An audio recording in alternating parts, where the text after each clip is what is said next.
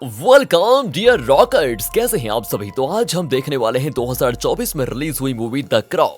दोस्तों कभी कभी हम इंट्रो नहीं रखते हैं क्योंकि उससे मजा खराब हो सकता है, इसीलिए। तो मूवी की शुरुआत दोस्तों एरिक नाम के बंदे और उसके चाइल्डहुड ट्रॉमा से शुरू होती है जो उसे रोज सपने में आते हैं। एरिक आज भी वही सपना देख रहा होता है जिसमें वो एक सफेद घोड़े को देखता है एंड वो जैसे घोड़े की तरफ जाता है ना, देखता है कि घोड़ा बहुत ही जख्मी हालत में है। घोड़े को ऐसी हालत में देखकर वो बहुत घबरा जाता है दोस्तों, और भगवान को याद करता हुआ आसमान की तरफ देखता है तो उसे वहाँ पर बहुत सारे कौवे नजर आते हैं, मानो आज किसी की मौत होने वाली हो। एरिक की घबराहट दोस्तों इससे और बढ़ जाती है कि कोई अशुभ ना हो जाए कहीं, तो वो घोड़े की मदद करने के लिए पूरी कोशिश करता है। लेकिन दोस्तों घोड़ा मर जाता है और वहाँ से वो सारे कौवे उसके ऊपर मंडराने लग जाते हैं। एकदम से एरिक बेचैन हो जाता है और अचानक से उसकी आंख खुल जाती है। अगले सीन में हम एक प्यारी सी लड़की को देखते हैं जिसका नाम शैली है, जो कि एक राइजिंग म्यूजिशियन है दोस्तों, और वो अपने सपने को पूरा करने में लगी हुई है, पूरी कोशिश करती है। लेकिन एक दिन उसकी दोस्त जेडी उसे कॉल करके बताती है कि सुनो, मैंने तुम्हारे पास एक वीडियो भेजा है जिसमें विंसेंट रॉक का एक खतरनाक तबाही मचा देने वाला क्राइम प्रूफ है।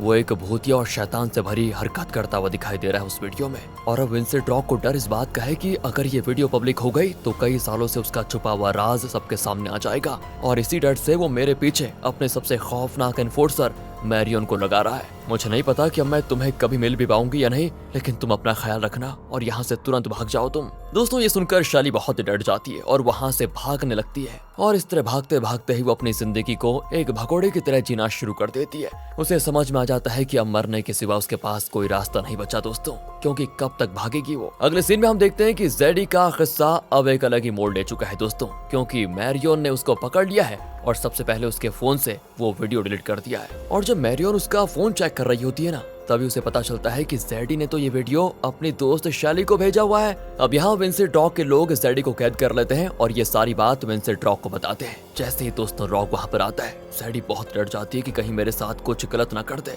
वो उसके सामने घुटनों पर गिर जाती है। विंसेंट रॉक का असली रूप दोस्तों अब यहाँ पर खुलता है, और उसका काली रात में छुपा रूप अब एक शैतान से कम नहीं लगता। विंसेंट रॉक के पास एक सुपर नेचुरल ताकत होती है जो कि एक डरावनी शक्ति है, और ये शक्ति उसे शैतान के साथ की हुई डील के बदले मिली होती है दोस्तों। उसकी सबसे बड़ी ताकत है उसकी आवाज, जो लोगों के दिमाग पर हुकूमत कर सकती है। उसकी एक एक बात जैसे लकीर बन जाती है, और जो कोई उसकी आवाज को सुनता है वो उसका गुलाम बन जाता है, और वो वही करता है जो उसे विंसेंट रॉक करने के लिए कहेगा। दोस्तों विंसेंट रॉक पहले तो जेडी से पूछता है कि तुम्हारे अलावा मेरे बारे में किस किस को पता है बताओ। जेडी उसे कुछ नहीं बताती। बस रॉक गुस्सा होकर जेडी के कान में कुछ ऐसा कहता है जिससे जेडी पूरी तरह से उसके वश में हो जाती है, और मैरियन के रखे हुए चाकू से वो खुद को बड़ी बेरहमी से मार डालती है दोस्तों। अब रॉक अपने चीफ एनफोर्सर मैरियन को हुक्म देता है कि तुम शैली को ढूंढ कर खत्म कर दो, क्योंकि शैली मेरे आगे आने वाले प्लान में खतरा बन सकती है। और दोस्तों मैरियन भी अब निकल पड़ती है। मैरियन की बात करें तो वो एक ठंडे दिल की कातिल है, बिना किसी शोर के अपना काम करती है, एंड उसकी छवि देखें तो एक डरावनी मौत की परछाई की तरह होती है, जो अपने शिकार को अगर ढूंढने निकल जाए तो उसके खोज किए बिना रहती नहीं है। और अब जैसे इस बात का पता शैली को चलता है तो वो डर के कांपने लग जाती है कि अब मेरा क्या होगा। वो सोचती है कि शायद अब मैं दुनिया से गई। लेकिन दोस्तों वो एक प्लान बनाती है जिसमें शैली खुद को पुलिस के हवाले कर देना चाहती है कि शायद जेल में उसे विंसेंट रॉक से पुलिस बचा ले। इसीलिए एक डेस्परेट डिसीजन लेके वो जानबूझकर अपनी जेब में कुछ ड्रग्स रख लेती है ताकि वो अरेस्ट हो जाए। और दोस्तों होता भी ऐसा है, शैली को पुलिस अरेस्ट करके लेके जाती है। और दोस्तों ये वही जेल है जहाँ किसी जुर्म के इल्जाम की वजह से एरिक भी अरेस्ट है, और हमें जेल में दिखाया जाता है कि जेल के कुछ कैदी एरिक को लूजर कह के चिढ़ा रहे होते हैं, और एरिक उन्हें किसी भी बात का जवाब नहीं देता। वो अपनी चाइल्डहुड सदमे से अभी बाहर नहीं आया है दोस्तों। पुलिस जब शैली को जेल के अंदर लेकर जा रही होती है तब हमें दिखाया जाता है कि एरिक और शैली दोनों एक दूसरे को पहली बार देखते हैं, और शायद बिना कुछ कहे दोनों एक दूसरे का दर्द समझ जाते हैं दोस्तों।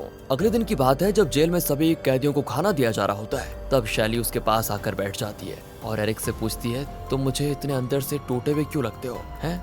एरिक उसे बहुत ध्यान से देखता है तो उसे शैली के अंदर एक दोस्त दिखाई देता है, और वो अच्छी वाली स्माइल भी करता है। तब वहाँ से जाते हुए एरिक उसे अपना नाम बताता है और कहता है कि अब हम रोज मिलेंगे। अगले दिन हम देखते हैं कि शैली एरिक के रूम में आती है। वहाँ एरिक के बनाए हुए कुछ पेंटिंग्स को देखकर वो बड़ी खुश होती है और कहती है कि वाह तुम तो बहुत टैलेंटेड हो यार। धीरे धीरे दोस्तों उन दोनों में काफी जान पहचान होना शुरू हो जाती है। एरिक अपने अंधेरे और पीड़ा भरी पास्ट के बारे में शैली को बता ही रहा होता है कि बाहर से कुछ आवाजें आ जाती है। ये सुनकर शैली को सबसे पहले डर लगता है कि कहीं विंसेंट रॉक की सेना यहाँ पर ना गई हो मुझे मारने के लिए, पर फिर भी वो एरिक को पता करने के लिए कहती है कि क्या हुआ है। तो दोस्तों जैसे एरिक कहता है कि शायद कुछ लोग किसी को ढूंढ रहे हैं, शैली के पैरों तले जमीन खिसक जाती है कि कहीं वो सच में तो नहीं आ गए। वो कहती है कि प्लीज मुझे यहाँ से ले चलो, ये लोग मुझे मार डालेंगे। इतना सब कुछ सुनकर एरिक तुरंत शैली को लेकर लॉन्ड्री रूम से होते हुए भाग जाता है दोस्तों। फिर शैली उसे अपने दोस्त चांस के घर लेकर जाती है। हाँ दोस्तों, उसके दोस्त का नाम चांस है। जहाँ दोस्तों एरिक और शैली को समझ में आ जाता है कि दोनों को एक दूसरे से प्यार हो गया है और वो एक दूसरे को प्यार भरी नजरों से ही देखते हैं।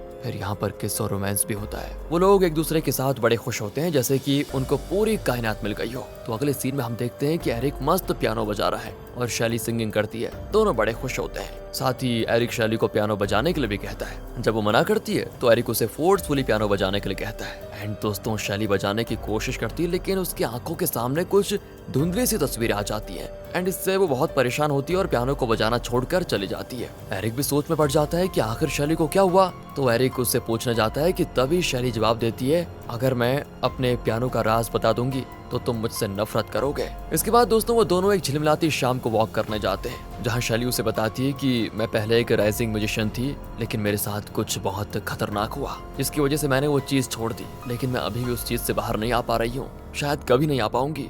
वॉक करने के बाद दोस्तों वो लोग एक ब्रिज पर खड़े हो जाते हैं और गहरे पानी को देखते हैं। तभी एरिक कहता है कि मैं तुमसे बहुत प्यार करता हूँ, अगर तुम्हें कुछ हो गया ना तो मैं भी मर जाऊंगा। शैली भी मजाक करते हुए कहती है, अच्छा तो तुम कहना चाहते हो कि अगर मैं इस गहरे पानी में कूदी तो तुम भी कूदोगे? एरिक कहता है, तुम्हें ये सब मजाक लग रहा है क्या? मैं सच में कूद जाऊंगा। शैली के साथ रहकर दोस्तों एरिक को लगता है जैसे वो अपने दर्द से निकल रहा हो और शैली के प्रति उसका प्यार गहरा होता जा रहा होता है। अब एक दिन की बात है, एरिक लेटे हुए कहता है, मैं तुम्हें कभी कुछ नहीं होने दूंगा, तुम्हारा हमेशा ख्याल रखूंगा, समझे तुम। और अब आगे रात को शैली और एरिक एक डिस्को बार में जाते हैं। दोनों इस बात से अनजान होते हैं कि ये खुशी सुकून ज्यादा देर तक टिकने वाली नहीं है, क्योंकि दोस्तों मैरियन और रॉक के लोग उन दोनों का पता लगा चुके हैं और वहाँ पहुँच भी जाते हैं। एरिक को जैसे पता चलता है तो वो शैली को लेकर वहाँ से तुरंत भागता है। यहाँ से दोस्तों वो दोनों एक रिस्क भरी जिंदगी जीने लगते हैं। नफरत और खौफ के बीच अपना प्यार पाने की कोशिश करते हैं। हर पल ऐसा लगता है कि मौत उनके पीछे है, लेकिन फिर भी वो प्यार में एक अजीब सी आजादी महसूस करते हैं। लेकिन रॉक के गुंडे अभी तक उनका पीछा नहीं छोड़ते।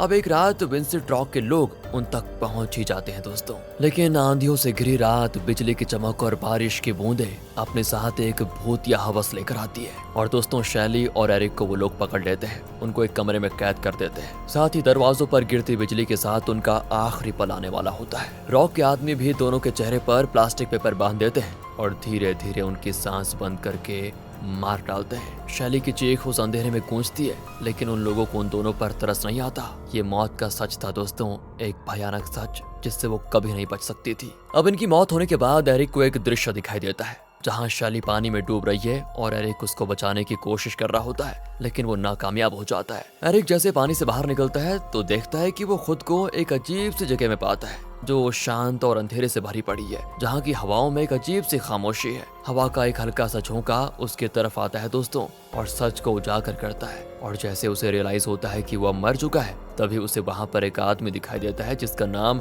क्रोनोस होता है। एरिक उसके पीछे जाता है और पूछता है, तुम कौन हो? ये तो बहुत ही अजीब सी जगह है, मुझे ऐसा क्यों लग रहा है कि मैं नरक में आ गया हूँ। क्रोनोस जवाब देता है कि हाँ ये सच है, अब तुम मर चुके हो, लेकिन अब तुम एक अधूरी आत्मा हो जो सिर्फ एक मकसद के लिए बची हुई है, और वो मकसद शायद तुम्हारा किसी के लिए प्यार हो सकता है। एरिक कहता है, क्यों तुम मुझे पागल समझते हो क्या? तुम जो कहोगे वो मैं मान लूंगा। क्रोनोस दोबारा से एरिक को समझाते हुए कहता है, तुम मानो या न मानो, लेकिन यही वो जगह है जहाँ आत्माएं तब तक भटकती हैं जब तक उन्हें इंसाफ नहीं मिलता। फिर क्रोनोस उसे द क्रो के लेजेंड के बारे में बताता है और कहता है कि एक पुरानी कहानी के मुताबिक जो लोग अपनी मौत के वक्त भयानक अन्याय सहते हैं और जिनके दर्द इतने गहरे होते हैं कि उनकी रूह को सुकून नहीं मिलता, उन्हें एक दूसरा मौका दिया जाता है वापस जिंदगी में जाने का। लेकिन हाँ, ये मौका अपने आप पर हुए अत्याचारों का बदला लेने के लिए होता है। दोस्तों एरिक की सारी बातें सुनने के बाद भी क्रोनोस पर विश्वास नहीं करता और वहाँ से चला जाता है, लेकिन क्रोनोस उसको दोबारा समझाता है कि तुम अब एक ऐसी रूह हो जो इस बदले के बिना आगे नहीं बढ़ सकती।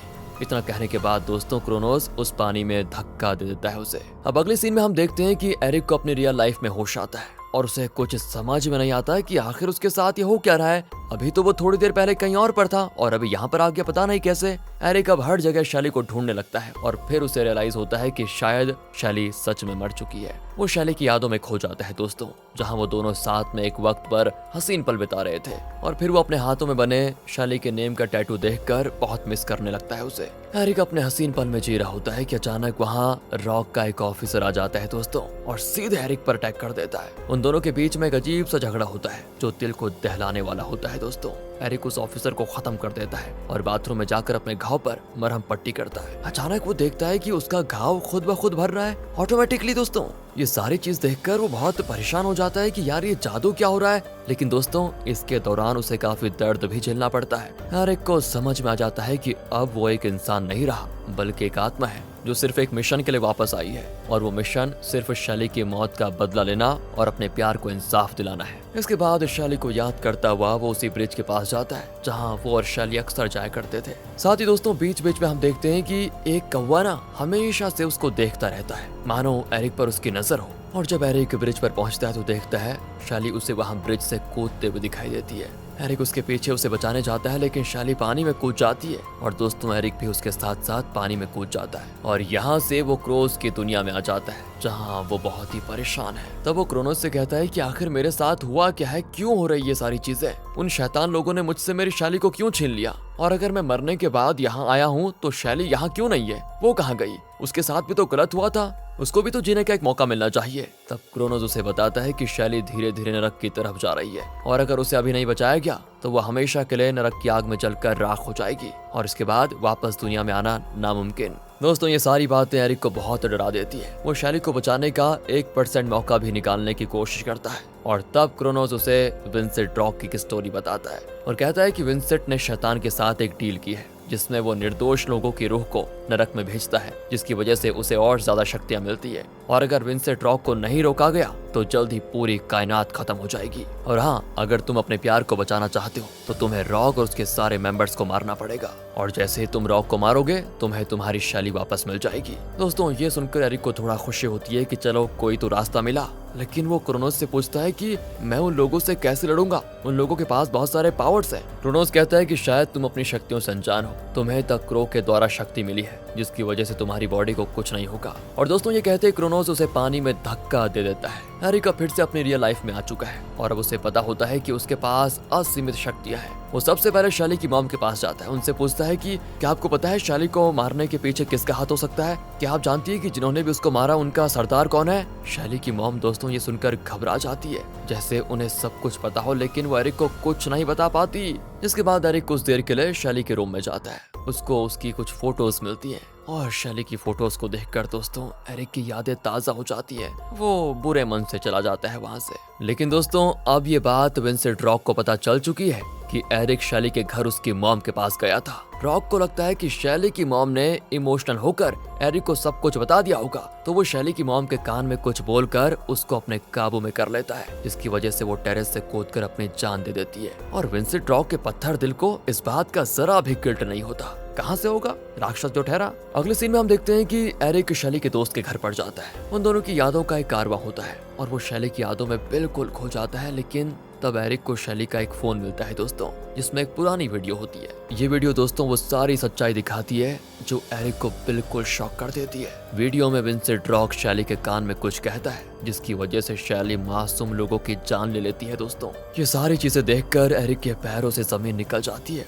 एरिक के अंदर एक शंका भी पैदा होती है। जो प्यार इतना पवित्र और पक्का था अब उसमें एक फासला आ जाता है। शैली पर उसका पूरा भरोसा टूट जाता है और वो शैली के दोस्त के पास आकर कहता है कि सुनो, शैली ने उन लोगों के साथ बहुत ही गलत किया था, इसीलिए उन लोगों ने उसे मारा है। वो यहाँ से बहुत परेशान रहने लग जाता है और होता यह है कि जब वो शक करता है ना तो एरिक के पास जो क्रो के द्वारा दी गई ताकत है वो धीरे धीरे खत्म होने लग जाती है। मतलब जो शक्ति उसके प्यार और उसके अच्छे स्वभाव की वजह से उसे मिली थी वो उसके दिल में बदलाव आने के साथ साथ खत्म होती जा रही है। एरिक अपने गुस्से और दुख के बीच फंसा होता है। तब रॉक के आदमी वहां पर पहुंच जाते हैं और दोबारा उस पर हमला करते हैं। अब क्योंकि एरिक अपनी ताकत खो चुका है दोस्तों, तो अब उसके पास एक आम इंसान की तरह लड़ने के अलावा कोई रास्ता नहीं होता। और फिर एक तेज और निर्दयी मुकाबले में रॉक के गुंडे उसका काम तमाम कर देते हैं। एरिक की पहली मौत का दर्द फिर से ताजा हो जाता है, लेकिन इस बार एरिक से सब कुछ छिन गया था दोस्तों। ताकत, विश्वास और प्यार। एरिक दूसरी बार मौत का सामना करता है। यहाँ से मरने के बाद एरिक एक बार फिर से क्रो की विचित्र और अजीब दुनिया में लौटता है। अंधेरे में एक बार फिर क्रोनोस उसका इंतजार कर रहा होता है, जैसे उसको सब कुछ पहले से पता हो।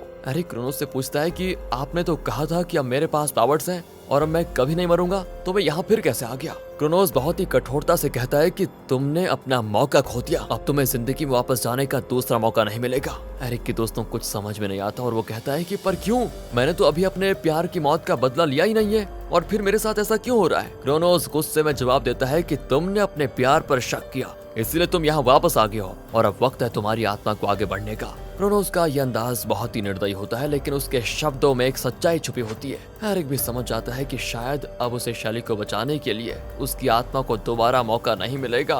वो बहुत ही दुखी होकर क्रोनोस के सामने शैली के प्रति अपने जज्बात को कबूल नहीं करता और कहता है कि मैंने अपने प्यार पर शक किया, ये मेरी गलती है, लेकिन मैं अब भी उसके लिए लड़ने के लिए तैयार हूँ और अपनी शैली के लिए आखिरी कोशिश करना चाहता हूँ, प्लीज। यहाँ क्रोनोस उसे दूसरा मौका देने से दोस्तों बिल्कुल मना कर देता है और तब एरिक कहता है कि अगर इस बार आपने मुझे एक और मौका दिया तो मैं शैली को बचाने के बाद आपके लिए कुछ भी करने को तैयार हूँ। और ये बात सुनकर क्रोनोस कहता है कि ठीक है, एक आखिरी बार तुम्हें क्रो की शक्ति मिल जाएगी, लेकिन इसका दाम होगा तुम्हारी अपनी आत्मा। अगर तुम अपनी आत्मा मुझे सौंप दोगे तो फिर कभी वापस अपनी जिंदगी में शैली के पास नहीं जा पाओगे। एरिक दोस्तों ये बात सुनकर हैरान और परेशान हो जाता है, लेकिन उसे इस बात की खुशी रहती है कि वो शैली की जान बचा सकता है। एरिक इस शर्त को कबूल कर लेता है, जिसकी वजह से क्रोनोस उसको देता है एक आखिरी मौका। लेकिन दोस्तों इस बार क्रोनोस एरिक को ज्यादा ताकतवर बनाने के लिए सभी क्रोज का आह्वान करता है, जिसकी वजह से एरिक के ऊपर सारे क्रोज मंडराने लग जाते हैं और तभी क्रोनोस अपना और एरिक का हाथ काट कर दोनों का खून एक कर देता है, जिसकी वजह से होता यह है कि कौवा एरिक के शरीर में प्रवेश करता है और एरिक पूरे तरीके से एक क्रो में बदल जाता है और उसके खून का रंग हो जाता है काला। सच में दोस्तों ये नजारा बहुत ही खतरनाक होता है। वैसे तो एरिक अब आखिरी बार दुनिया में वापस आया है, लेकिन इस बार वो पूरी ताकत से बदला लेगा। लेकिन हाँ, इस बार वो बदल भी चुका है पूरी तरह से। अब उसके पास सिर्फ एक ही मकसद है, रॉग और उसके कुंडों को खत्म करना और शैली की रूह को नरक से छुड़ाना। इस बार एरिक और भी ज्यादा ताकतवर और निर्दयी बन जाता है दोस्तों, लेकिन उसका समय सीमित है, ये भी याद रखने वाली बात है। और अब एरिक अपने बदले के रास्ते पर चल जाता है। रॉक के लोगों को खत्म करने के लिए उसका पहला निशाना होता है मैरियन, जो अब तक जिंदा है दोस्तों, और उसे पता चल जाता है कि वो एक ओपेरा हाउस में छुपी हुई है। ओपेरा हाउस के अंदर का सीन बहुत ही डरावना नजर आता है, जो कि छोटी छोटी आवाजें ओपेरा के सुकून भरी धुन से भरी होती है। एरिक उस ओपेरा में घुस जाता है और वहाँ उसका सामना रॉक के गुंडों से हो जाता है दोस्तों। तो यहाँ पर एरिक जितनी भी बार शैली को याद करता, उसकी ताकत उसके अंदर एक नई शक्ति की तरह काम करती है और उसका दर्द उसको और ज्यादा मजबूत बनाता है। एरिक हर बार रॉक के लोगों को भूतिया तरीके से मारता है दोस्तों। एरिक अब बिल्कुल पत्थर बन चुका होता है, उसे किसी पर तरस नहीं आता, उसके सामने सिर्फ शैली को बचाने का भूत सवार होता है। अचानक से आई आंधी और तूफान के बीच वो अपना बदला लेता है और चला जाता है और हर कत्ल एक भयानक दृश्य छोड़ जाता है दोस्तों। ये बात मैरियन के बॉडीगार्ड को पता चल जाती है, तो वो मैरियन को बताता है कि एरिक यहाँ पर आ चुका है और फिर दोस्तों ये दोनों वहाँ से भागकर एक कमरे में छिप जाते हैं। मैरियन तो बहुत ही डरी हुई होती है और वो विंसेंट रॉक को कॉल करके बताती है कि एरिक ने सभी को मार दिया है और अब शायद वो मुझे भी नहीं छोड़ेगा। लेकिन दोस्तों रॉक को मैरियन के मरने से कोई फर्क नहीं पड़ता। मैरियन भी इस बात से बड़ी टूट जाती है कि आज तक सारे गलत कामों में मैंने उसका साथ दिया और आज जब मुझे बचाने की बारी आ रही है तो मुझे अकेला छोड़ दिया इसने। इसी दौरान दोस्तों वहाँ पर एरिक पहुँच जाता है और मैरियन के बॉडीगार्ड को बड़ी बेरहमी से मार डालता है। सीधे वो मैरियन की तरफ बढ़ता है दोस्तों। वो बहुत डर जाती है और एरिक के सामने घुटनों पर बैठकर माफी मांगती है। एरिक तो गुस्से में विंसेंट रॉक का पता पूछता है। मैरियन तो पहले से रॉक पर गुस्सा थी, तो उसे एरिक को बताने में कोई दिक्कत नहीं होती।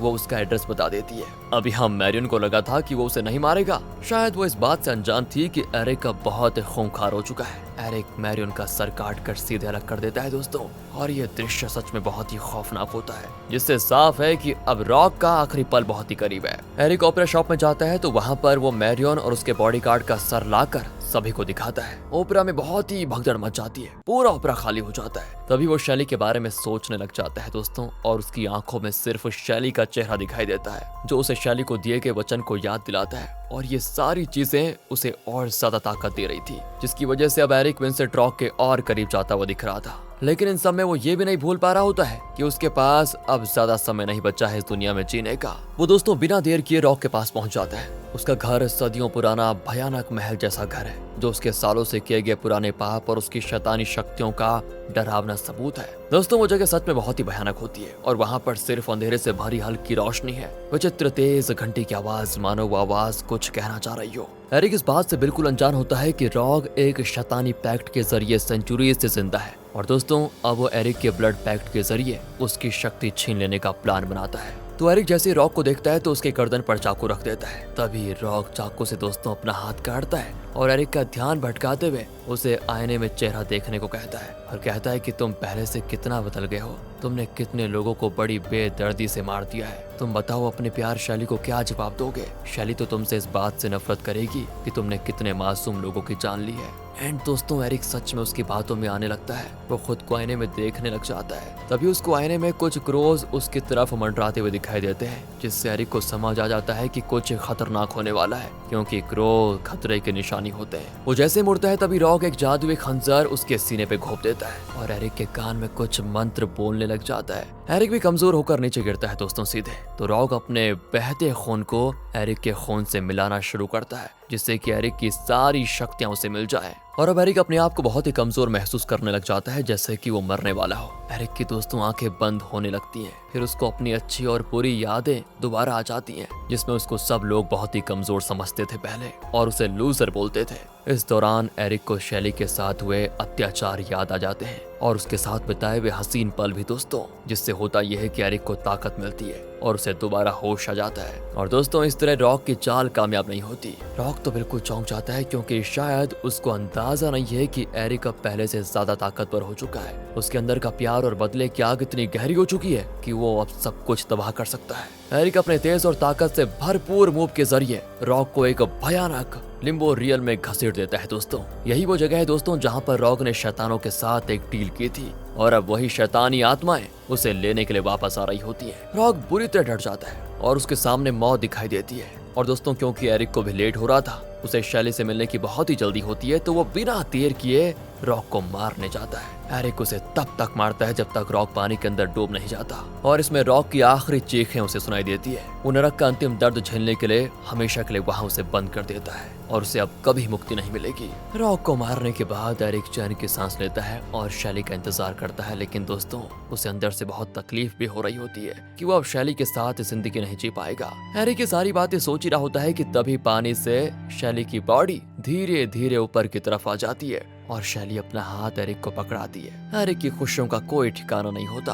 वो तुरंत शैली को गले लगा लेता है, रोता भी बहुत है। दोनों दोबारा एक दूसरे को देखकर ऐसे खुश होते हैं जैसे कि उन दोनों को पूरी दुनिया में वो खुशी मिल गई हो जो आज तक किसी को ना मिली हो। लेकिन कहाँ यार, ये खुशी ना ज्यादा देर तक नहीं रहती। एरिक शैली से कहता है कि मैं बहुत खुश हूँ कि तुम फिर से अपनी जिंदगी जी पाओगी। पर ये सुनकर शैली बहुत आश्चर्य होती है कि तुम ऐसा क्यों बोल रहे हो। वो दोस्तों इससे उसका रीजन पूछती है और फिर एरिक उसे अपनी कुर्बानी के बारे में बताता है जो उसने क्रोनोस के साथ की थी। दोस्तों शैली बहुत ही गिल्टी फील करती है और कहती है तुमने मेरे लिए इतनी बड़ी कुर्बानी की क्यों, पर मुझे अकेला छोड़कर मत जाओ अब। ये सुनकर एरिक को शैली पर दोस्तों ज्यादा प्यार आता है और वो उसको कहता है कि मैं तुमसे अब भी बहुत प्यार करता हूँ, तुम यहाँ से जाओ प्लीज और मेरा इंतजार करना, कभी ना कभी जरूर आऊंगा क्योंकि मुझे यकीन है कि अगर हम दोनों इस जन्म में नहीं तो अगले जन्म में जरूर मिलेंगे। और वो शैली को अपने प्यार की कसम देकर उसे जाने के लिए कह देता है। उसे समझाता है कि अब तुम वापस जाओ, तुम्हारी दुनिया में जिंदगी तुम्हारा इंतजार कर रही है। एरिक का दर्द उसके चेहरे पे साफ दिखाई देता है दोस्तों, लेकिन उसकी आंखों में अपनी सेल्फलेस प्यार के लिए एक अजीब शांति होती है। शैली भी एरिक को आखिरी बार देखते हुए वापस इंसानी दुनिया में लौटती है और जब वो होश में आती है ना तो उसी मोमेंट पे होती है जब उसकी मौत होने वाली थी। उसकी आंखों के सामने एरिक की लाश पड़ी होती है और उसी मोमेंट पे दोस्तों क्रोनोस एक मेडिक के रूप को धारण करके शैली को एरिक की कुर्बानी के बारे में बताता है। शैली का दिल बहुत भारी होता है, लेकिन उसे समझ आ जाता है कि एरिक ने जो किया अपने प्यार के लिए किया। और दोस्तों एरिक अब क्रोस की दुनिया में शैतानी दर्द और अंधेरों के बीच बंध गया है, लेकिन उसके चेहरे पे एक सुकून है। उसके दर्द के बीच भी उसके दिल में एक शांति है क्योंकि वो जानता है कि शैली वापस जिंदा हो गई है और वो खुशी से अपनी जिंदगी जी रही है। एरिक अपनी यादों में शैली के प्यार को संजो के रखता है और इसी उम्मीद में रखता है कि एक दिन वो फिर से मिलेंगे, चाहे वो दुनिया में हो या इस दुनिया के बाद कहीं भी क्यों ना हो, वो दोबारा जरूर मिलेंगे। वेल दोस्तों, एंडिंग तो उतनी अच्छी थी नहीं, लेकिन मूवी बढ़िया थी। कमेंट्स में बताइए, आप कमेंट्स नहीं करते हो। बाकी वीडियो को लाइक करें, चैनल को सब्सक्राइब। मिलते हैं आपसे अगली वीडियो में, ध्यान रखेगा अपना and finally thanks for watching.